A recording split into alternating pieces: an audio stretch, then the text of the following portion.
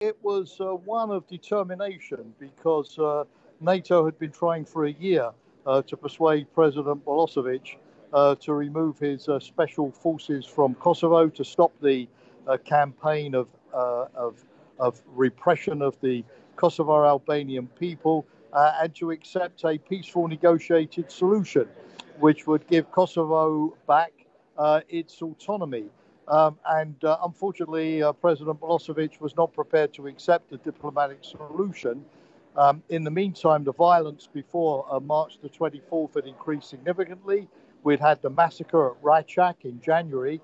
And so when NATO launched the air campaign, the mood was one of regret, yes, regret that we had to use force, but at the same time, determination to make certain that we stopped the violence, we stopped the human rights abuses, and we didn't have another terrible situation like the genocide at Srebrenica in Bosnia in 1995. We had to make sure that we acted and with resolution and determination. No, quite frankly, no. When you launch a military operation, these things, frankly, are easier to start than they are to finish. You never quite know what's going to happen because once you use force, there is a different dynamic that's created. And of course, I think in NATO, yes, we all hoped that the air campaign initially would last 24 hours, that President Milosevic would see that NATO was united and determined, that he could not win, and that his best option would be to then meet the conditions of the international community and go back to the negotiating table. But Milosevic was a stubborn man, as you well know, a very cynical man, and he decided that he was going to fight it out. He wanted to challenge NATO. He wasn't prepared to give up. So it all went on for 78 days. But for NATO, what mattered was not the length of the operation.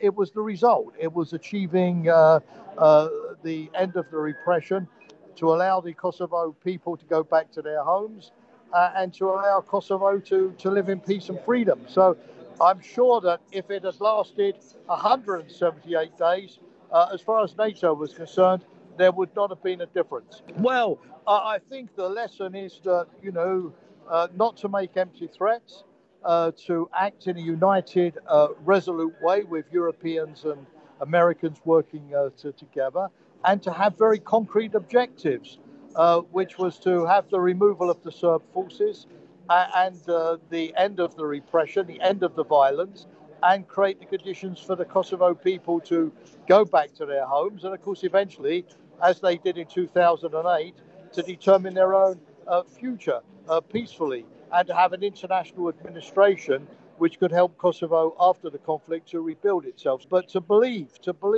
that a humanitarian intervention, despite the risks, can be successful, and the risk of acting is always less, in my view, than the risk of staying on the sidelines and doing nothing. For me, that was a very significant moment indeed. And obviously being greeted in that way and thinking, my God, these people really are happy with what NATO, were happy with what NATO was able to do to help them. So, it was a wonderful, fantastic moment. And of course, the 78 days have been stressful, but of course, even more stressful for the people of Kosovo who were in the cellars and hiding and had to endure the violence. So, life was much easier for me in Brussels than it was for you, all of you in Kosovo. I appreciate that. But simply this, if you like, this bonding with the people of Kosovo. It was a magical moment, and I had never had a moment before it, and I will never have a moment in the rest of my life that comes anywhere close to that. Yes, I believe so. I mean, it's taking a lot longer than I'd hoped for, and I noticed that President Vučić, in agreeing in North Macedonia last weekend with Prime Minister Kurti to the EU normalisation plan, is still not willing to recognise. It's going to take an act of political courage, of course, by the Serb leadership.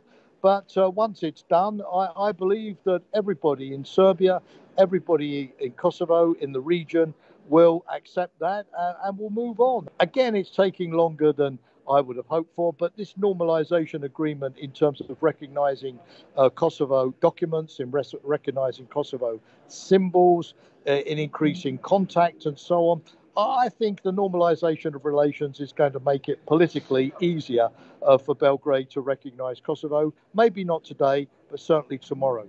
I hope with this normalization agreement and Belgrade adopting a more cooperative stance, certainly not encouraging any violence in the north, that I hope over time that everything will quieten down and people will go back to normal life. There is a future for the Serb people in Kosovo, obviously, to live prosperous, happy, normal lives. These minority problems have been solved in many European countries, and I see no reason why they can't be solved in Kosovo as well. So yes, there will be some incidents from time to time, which KFOR and the police are able to deal with very effectively, thank God. But my sense is that war, like it happened in 1999, no way. No way. And KFOR, NATO is there to make sure that even if that were a possibility, which I don't think it is, the international troops are there to keep the security and prevent that from happening. So, no, there's only one way, and that's forwards. There's no backwards. There's only forwards. The question is how fast we can go forwards.